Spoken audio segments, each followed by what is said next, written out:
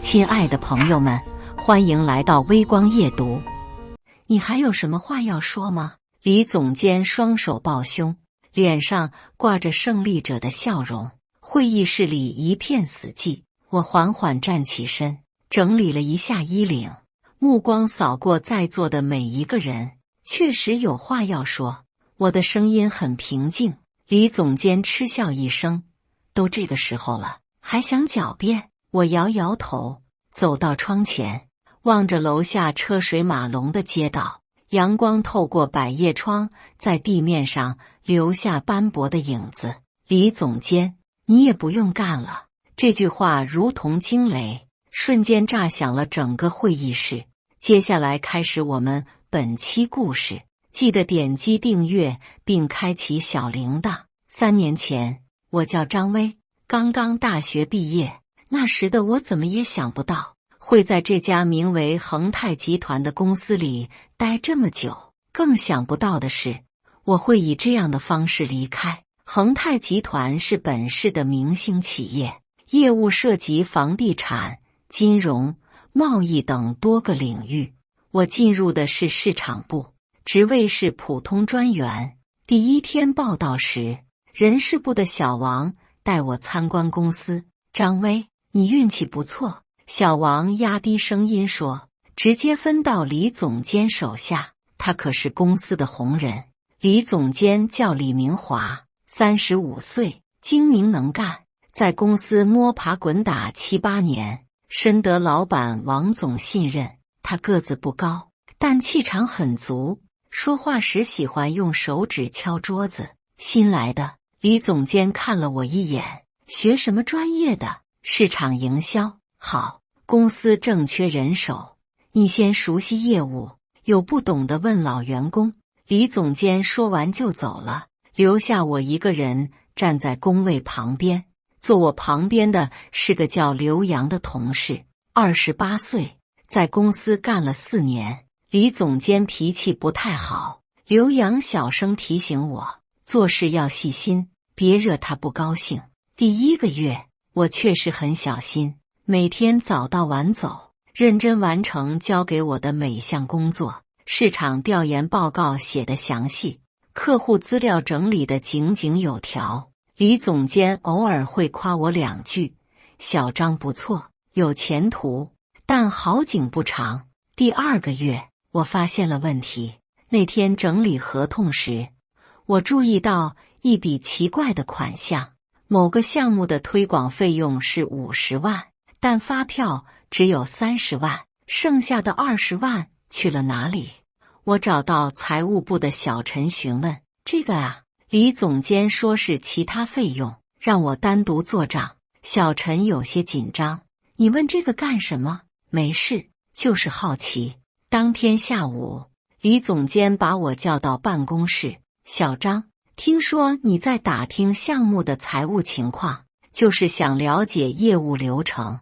李总监的脸色沉了下来，公司的财务数据是机密，不是你该了解的，专心做好自己的事。从那以后，李总监对我的态度明显冷淡了，分配给我的工作越来越边缘化，重要项目从不让我参与。开会时，我提出的建议，他总是找理由否定。小张这个想法不成熟，这样做风险太大，你经验还不够。同事们看在眼里，开始和我保持距离，没人愿意得罪李总监。刘洋私下劝我，算了，别和领导较劲。李总监在公司很有势力，你斗不过他的。但我不是那种轻易妥协的人。既然明着斗不过，我就暗中观察。我发现李总监经常和一些外部人员接触，这些人穿着体面，开豪车，但从不在公司正式露面。他们总是约李总监在外面的茶楼或酒店见面。有一次，我偶然看到李总监和一个中年男子在停车场交谈。那个男子递给李总监一个牛皮纸袋，李总监接过后迅速放进了公文包。我开始留意李总监的生活变化， 1年前，他还开着一辆10几万的本田，现在换成了奔驰 S 级。以前穿的是几千块的西装，现在全身名牌。他还在市中心买了一套大房子，据说花了300多万。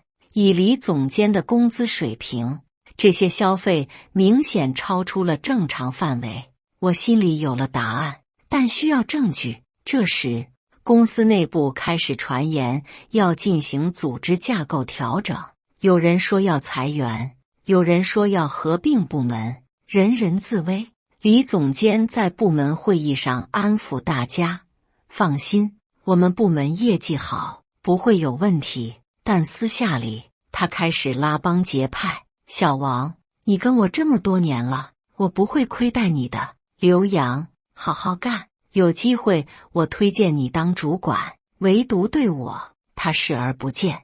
李总监的算盘打得很精明，他知道要想在公司站稳脚跟，不仅要讨好上级，还要控制下属。而我这个不听话的刺头，显然不在他的计划之内。于是他开始有计划地孤立我，先是在工作安排上做文章，重要的客户资源从不让我接触，有价值的项目也不让我参与。我每天的工作就是整理文件，录入数据，完全发挥不出专业能力。张威，你把这些合同整理一下。张威，这个 Excel 表格有问题，重新做。张威，会议室需要打扫，你去一趟。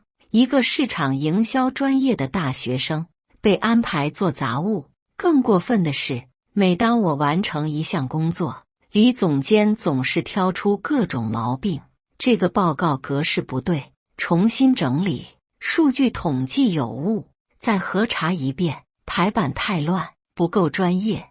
有时候明明没有问题，他也要求我反复修改，就是要消磨我的工作热情。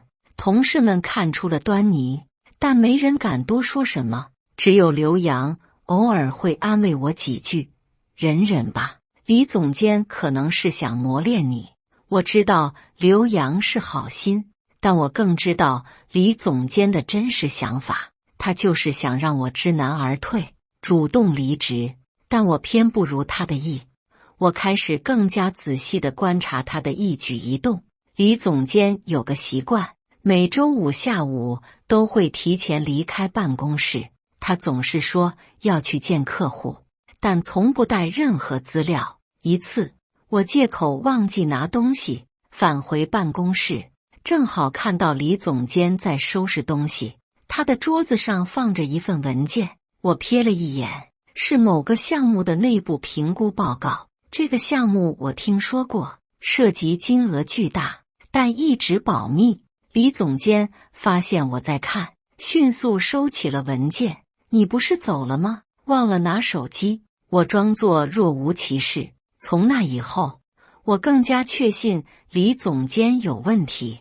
我开始暗中收集证据，利用负责文件整理的机会，我留意每一份可疑的合同和发票，用手机偷偷拍下一些关键信息，存在云端。渐渐的，我发现了一个惊人的秘密：李总监利用职务便利，在多个项目中收取回扣。他和一些供应商、承包商勾结，故意抬高合同金额，然后从中分成。仅我掌握的资料就涉及金额超过200万，但我还需要更直接的证据。机会很快来了，那是一个周五的下午，李总监又要提前离开。这次我决定跟踪他。下班后，我开车远远跟在李总监的奔驰后面。他没有去客户那里，而是来到了市郊的一家高级会所。我在外面等了2个小时，看到李总监和3个中年男子从会所出来，其中一个我认识，是公司的主要供应商老板。他们聊得很开心，分别时还握手拥抱。我用长焦镜头拍下了这一幕。正当我以为掌握了决定性证据时，李总监却先发制人了。月底的部门会议上，他当众宣布了一个消息：根据公司安排，张威的工作表现不符合要求，从下月开始调整岗位。我愣住了，什么意思？就是字面意思，你的工作能力有问题，需要重新培训。会议室里一片安静，所有人都低着头，不敢看我。我知道这是李总监的报复，但我没有证据证明他的恶意。我不同意这个安排。李总监冷笑，这不是征求你的意见，是公司决定。那我要求和王总直接沟通。王总很忙，没时间见你。当天晚上，我失眠了。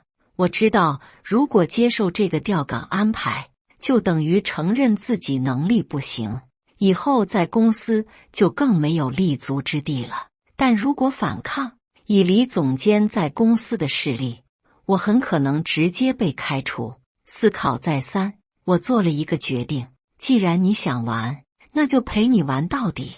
接下来的日子，我和李总监进入了冷战状态。表面上，我服从了调岗安排，被分到了行政部门做文员，但暗地里，我继续收集他的犯罪证据。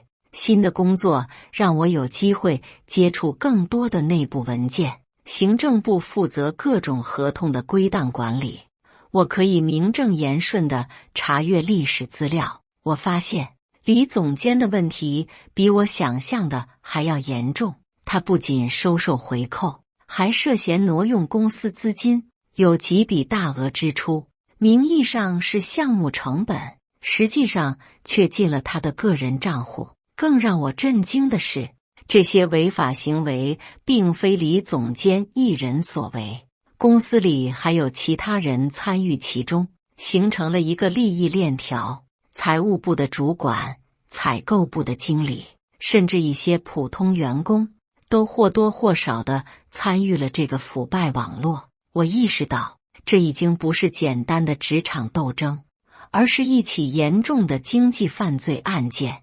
但我一个普通员工，拿这些人没有办法。就在我陷入困境时，转机出现了。一天下午，公司来了几个陌生人，他们穿着正式，看起来像是政府工作人员。人事部的小王神色紧张地带着他们在公司转了一圈。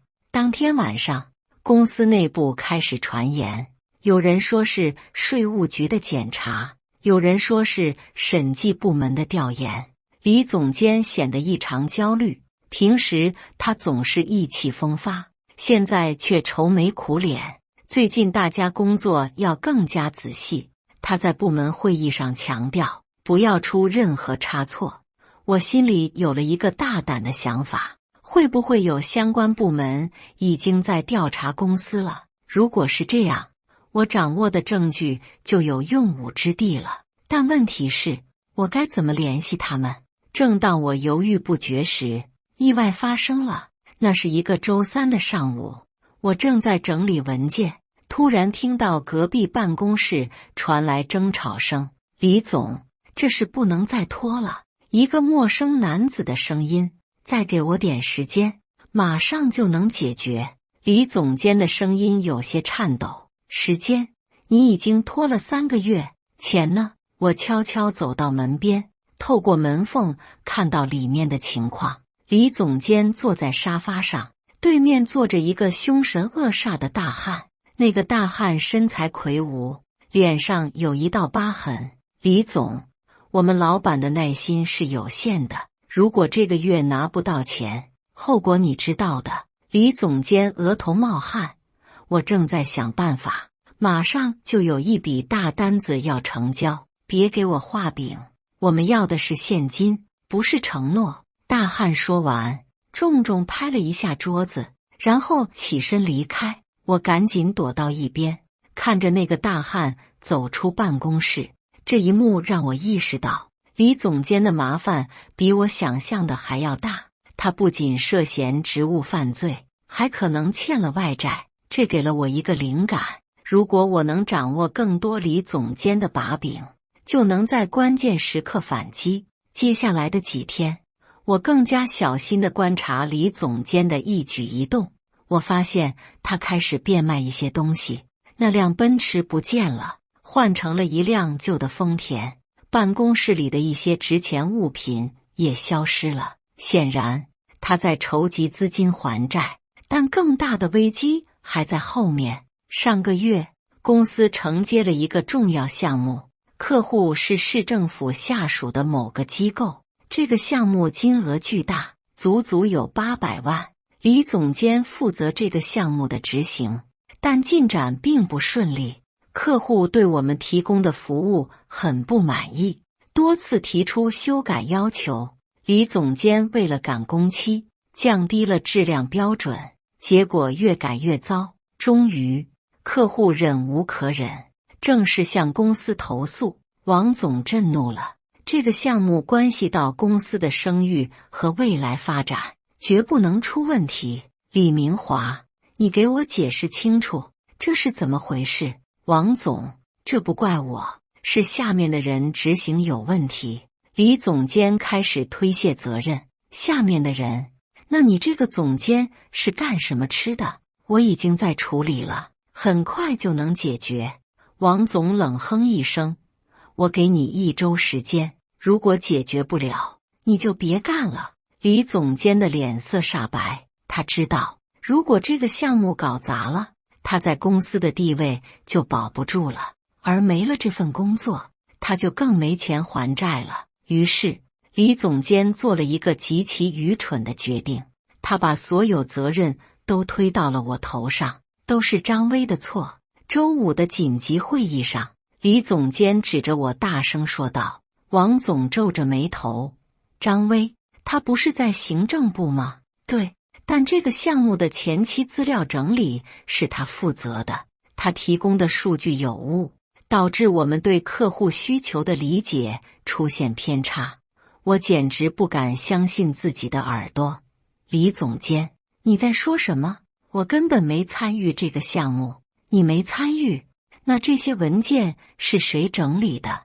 李总监拿出一叠资料，这是你的工作记录，白纸黑字。我接过文件，仔细查看，确实有我的签名，但这些文件我从没见过，这些不是我做的，还敢狡辩？李总监冷笑，在场的同事都可以作证，这些资料就是你整理的。我环顾四周，希望有人能为我说句公道话，但同事们要么低头不语，要么避开我的目光。王总的脸色越来越难看。张威，你老实说，这些文件到底是不是你整理的？王总，我可以对天发誓，这些文件我真的没见过。那你的签名是怎么回事？我无言以对。那确实是我的签名，但我完全想不起来什么时候签过这些文件。突然，我想起了什么。前段时间，李总监确实让我签过一些文件，说是工作交接用的。当时我以为是常规流程，没有仔细看就签了。原来他早就在设套等我钻。李总监，你这是陷害！我激动地说。陷害？李总监装作很委屈的样子。张威，我知道你对调岗有意见，但不能因此就不负责任啊！王总沉声说道。够了，不管是谁的责任，现在最重要的是解决问题。王总，问题的根源就是张威提供的错误信息。李总监继续煽风点火，这样不负责任的员工留在公司只会害人害己。其他几个总监也纷纷附和。确实，这种错误太低级了，影响太恶劣，必须严肃处理，建议开除，以儆效尤。我知道，这是李总监精心策划的一出戏，他联合其他人要把我当替罪羊。王总，我申请调查。我大声说道。我要求查清事情的真相。王总摆摆手。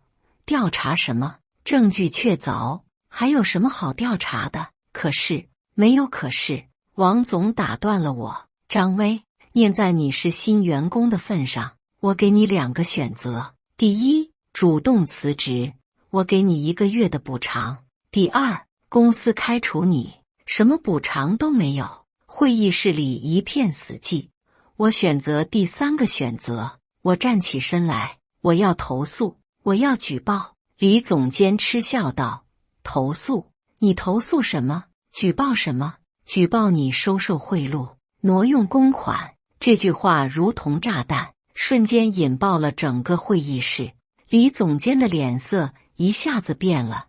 你胡说什么？我没有胡说，我有证据。王总皱着眉头，什么证据？我深吸一口气，知道这是最后的机会了。如果不能说服王总，我就彻底完了。李总监利用职务便利，在多个项目中收取回扣，总金额超过200万。他还挪用公司资金，用于个人消费。我有详细的证据。放屁！李总监跳了起来。你这是诽谤，是报复，是不是诽谤？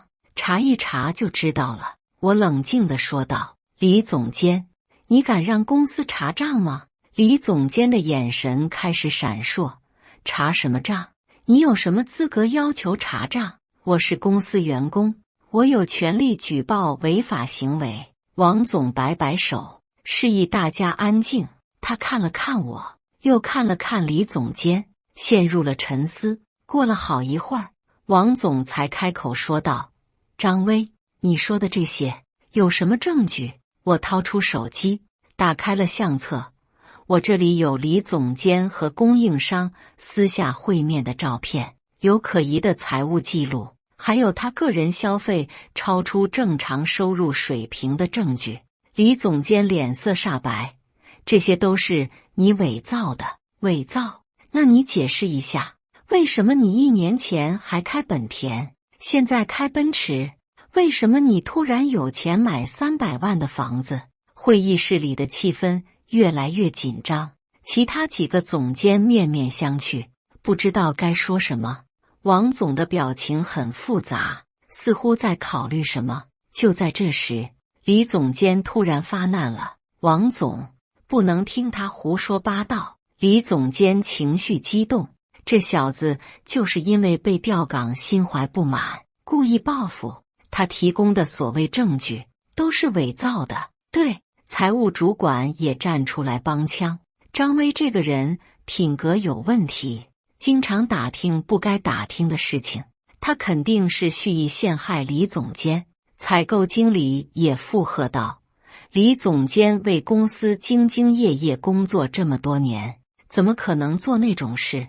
张威这是恶人先告状。我环顾四周，发现站出来为李总监说话的正是我怀疑参与腐败的那几个人，他们在抱团自保。王总看着这一幕，表情更加凝重了。最终他做出了决定。好了，都别吵了。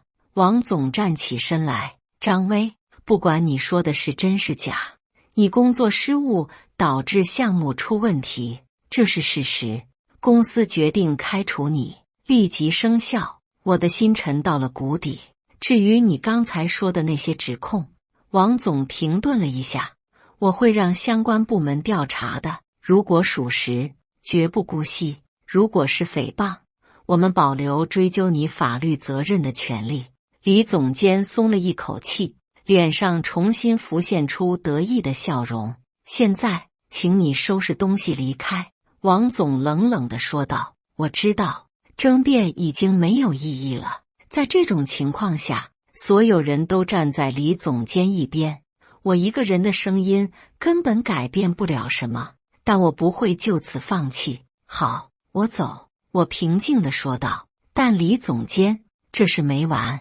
李总监嗤笑道：张威，都这个时候了，还在嘴硬，有本事你就去告啊，看有谁相信你。我没有回应，开始收拾办公桌上的东西。同事们都在看着我，有的人眼中有同情，有的人面无表情，还有的人幸灾乐祸。这就是职场的现实。当我收拾完东西，准备离开会议室时，李总监又开口了：张威，在你走之前，我想问你一个问题。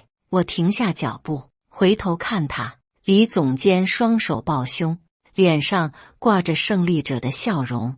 经过这3年的较量，你有什么想说的吗？这是他在羞辱我，在众人面前宣示他的胜利。会议室里一片死寂，所有人都在等着看我的笑话。我看着李总监那张得意的脸，心中突然涌起一阵冷静。是啊，3年了，3年的隐忍，3年的准备，就是为了这一刻。然后我转过身来，看着李总监，平静地说道：确实有话要说。李总监嗤笑一声：都这个时候了，还想狡辩？我摇摇头，声音依然平静：李总监，你也不用干了。这句话如同惊雷，瞬间炸响了整个会议室。李总监愣住了，其他人也愣住了。你说什么？李总监以为自己听错了。我重复了一遍：你也不用干了。哈哈哈！李总监大笑起来。张威，你是不是被气糊涂了？我凭什么不用干了？就凭你一个被开除的废物？就凭我一个电话？我掏出手机，电话。李总监更加不屑：你能打给谁？你爸爸还是你妈妈？会议室里响起一阵哄笑声，我没有理会他们的嘲笑，拨通了一个号码。电话很快接通了。喂，是张威吗？电话那头传来一个沉稳的男声：是我，行动可以开始了。收到，马上到。我挂断电话，看着李总监的眼睛。3分钟？3分钟什么？李总监还在嘲笑。3分钟后你就能起死回生？我没有回答，只是静静地站在那里。会议室里的气氛变得有些诡异，大家都不知道发生了什么，但隐隐感觉有些不对劲。就在第3分钟即将到来时，会议室的门被推开了，王总快步走进来，脸色铁青，身后跟着几个陌生的西装男子，胸前佩戴着某个标识。李总监看清那个标识后，脸色瞬间煞白。李总监，你的好日子到头了。王总的声音透着寒意。李总监瘫坐在椅子上，嘴唇颤抖：不可能，不可能。我收起手机，神情依然平静。我早说过，你也不用干了。那些西装男子径直走向李总监。李明华先生，请跟我们走一趟。李总监想要站起来，但腿已经软了。他看着我，眼中满是不敢置信。你到底是谁？但是这一切的背后究竟隐藏着什么秘密？张威的真实身份到底是什么？他为何能够一个电话就改变整个局势？而那些神秘的西装男子又代表着什么？这场职场斗争的真相远比表面看起来更加惊心动魄。我叫张威，但这不是我的真名。我的真实身份是市纪委监察委的调查员，编号 A2847。3年前，组织安排我以应届毕业生的身份潜入恒泰集团进行卧底调查。这一切要从3年前说起。那时，市里接到匿名举报，称恒泰集团存在严重的经济犯罪问题，但由于涉及面广，证据隐蔽，常规的调查手段很难奏效。上级决定采用卧底调查的方式。我当时刚从政法大学毕业，专业是经济犯罪侦查，正好符合条件。经过严格的筛选和培训，我接受了这个任务。小张，这个任务很危险，周期也很长，可能需要几年时间。我的直接领导陈科长对我说：你要有心理准备。我明白，记住，在任务完成之前，你不能向任何人透露真实身份，包括你的家人。是的，就这样，我成了张威，一个普通的大学毕业生，进入了恒泰集团。起初的几个月，我确实是在正常工作，虽然接到任务，但还需要先站稳脚跟，取得信任。李总监成了我的重点关注对象，不是因为我对他有偏见，而是因为举报信中明确提到了他的名字。当我发现那笔20万的可疑款项时，就知道举报属实了。从那时起，我开始了长达3年的证据收集工作。白天，我是被排挤的普通员工；晚上，我是认真记录每一个细节的调查员。李总监的每一次可疑会面，每一笔异常支出，每一个涉案人员，我都详细记录在案。我发现恒泰集团的腐败问题远比想象的严重。李总监只是冰山一角，以他为核心，公司内部形成了一个庞大的利益集团。财务主管负责做假账，采购经理负责虚假采购，业务经理负责套取项目资金。他们分工明确，配合默契，将公司当成了自己的提款机。3年来，他们总共侵吞公司资金超过1000万元。这些钱，一部分用于个人挥霍，一部分用于行贿拉关系。更让人震惊的是，他们还与外部势力勾结，进行洗钱活动。那些经常和李总监见面的神秘人物，实际上是某个犯罪集团的成员。他们通过恒泰集团的账户将非法所得洗白。我在调查过程中发现，这个犯罪集团涉及赌博、高利贷、非法集资等多种犯罪活动，影响极其恶劣。为了获取更多证据，我甚至冒险接近过这些人。有一次，我假装在停车场丢了车钥匙，趁机偷听李总监和一个犯罪集团成员的谈话。李总，这个月的洗钱指标是500万，你能搞定吗？没问题，我已经安排了几个假项目，资金很快就能转出去。好，但要注意安全，最近风声有点紧。放心，我做事向来小心。就是这段对话让我确认了他们的洗钱活动，但要想彻底摧毁这个网络，还需要更多的证据。我开始接触公司的核心财务资料，这并不容易。这些资料都有严格的保管制度，一般员工根本接触不到。但我有特殊的方法，组织给我配备了专门的技术设备，包括微型摄像头、窃听器、解码器等。利用这些设备，我成功获取了大量关键证据。李总监的银行账户信息与犯罪集团的交易记录，公司内部的假账目全部被我掌握。随着证据越来越充分，组织决定启动抓捕行动。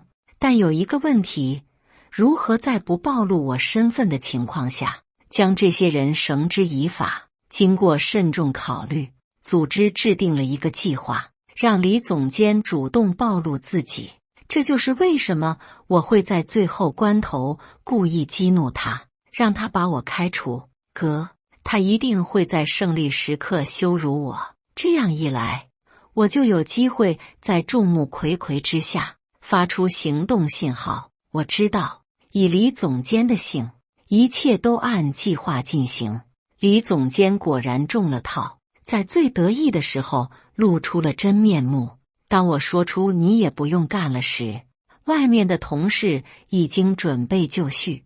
那个接电话的人是我的直接领导陈科长，他就在楼下等着我的信号。3分钟后，抓捕行动正式开始。李总监被带走时，还在喃喃自语：不可能，这不可能。他到死都想不明白，一个被他压制了3年的小员工，怎么可能有这样的能量？接下来的事情就简单了。在铁证如山的情况下，李总监和他的同伙很快就招供了。财务主管、采购经理、业务经理，一个也没跑掉。更重要的是，通过他们的供述，我们还打掉了那个犯罪集团，抓获了10几个重要成员。这起案件影响巨大，不仅挽回了经济损失，还维护了社会稳定。我的任务完成了，但故事并没有结束。在审讯过程中，我们发现了一个更大的秘密：王总这个看似受害者的公司老板，实际上也有问题。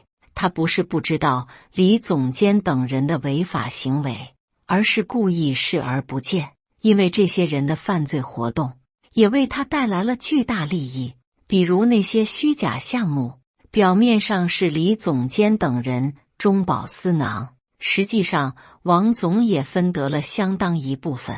再比如与犯罪集团的合作，王总明知道对方的来历不明，但为了高额回报，选择了睁一只眼闭一只眼。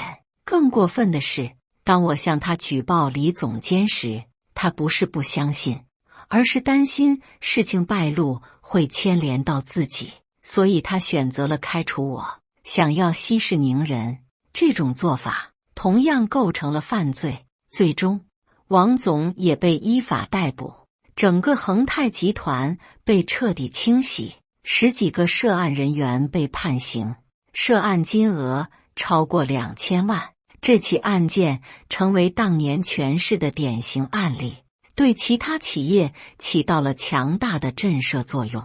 至于我，任务完成后恢复了真实身份，组织对我的表现很满意，给了我嘉奖，并提拔我为副科级调查员。但我经常想起在恒泰集团的那3年，我过着双重生活，白天是被人看不起的小员工，晚上是肩负重任的调查员。这种感觉很复杂，有时候甚至让我分不清哪个才是真正的自己。我看到了职场的黑暗面，也看到了人性的复杂。李总监等人的贪婪和狠毒让我震惊，但更让我难过的是那些明哲保身的普通员工，他们明知道发生了什么，却选择沉默。他们害怕得罪权威，害怕失去工作，害怕承担责任。正是这种集体的沉默，才让罪恶有了滋生的土壤。当然，我也理解他们的难处，在那种环境下，站出来举报需要巨大的勇气和代价，不是每个人都有我这样的身份和背景。但我相信，只要有更多的人敢于说不，敢于举报，这样的事情就会越来越少。正义可能会迟到，但永远不会缺席。3年的卧底生涯教会了我很多，最重要的是，在任何时候都要保持内心的坚定，不管外界如何变化，不管面临什么困难，都要记住自己的初心和使命。李总监以为胜券在握，以为可以一手遮天，但他不知道，在这个世界上，总有一些人在默默守护着正义。他们可能是普通的工人，可能是不起眼的职员，也可能是像我这样的卧底调查员。他们不会声张，不会炫耀，但在关键时刻，他们会站出来。这就是我想说的故事，一个关于正义终将战胜邪恶的故事，一个关于小人物也能改变世界的故事。当我最后一次走出恒泰集团的大门时，我回头看了看那栋熟悉的大楼。3年来，我在这里经历了太多，有被人轻视的委屈，有被人排挤的愤怒，有孤军奋战的绝望，也有真相大白的快感。但现在，一切都结束了。那些曾经高高在上的人，如今都在监狱里反思自己的罪行。那些曾经被压制的声音，如今都得到了应有的重视。正义最终还是战胜了邪恶。谢大家的观看，本期故事精彩吗？欢迎大家在下方评论区吐槽。如果你喜欢这类故事，记得点击订阅微光夜读，并分享给更多的人，这会对我帮助很大。再次感谢大家的观看。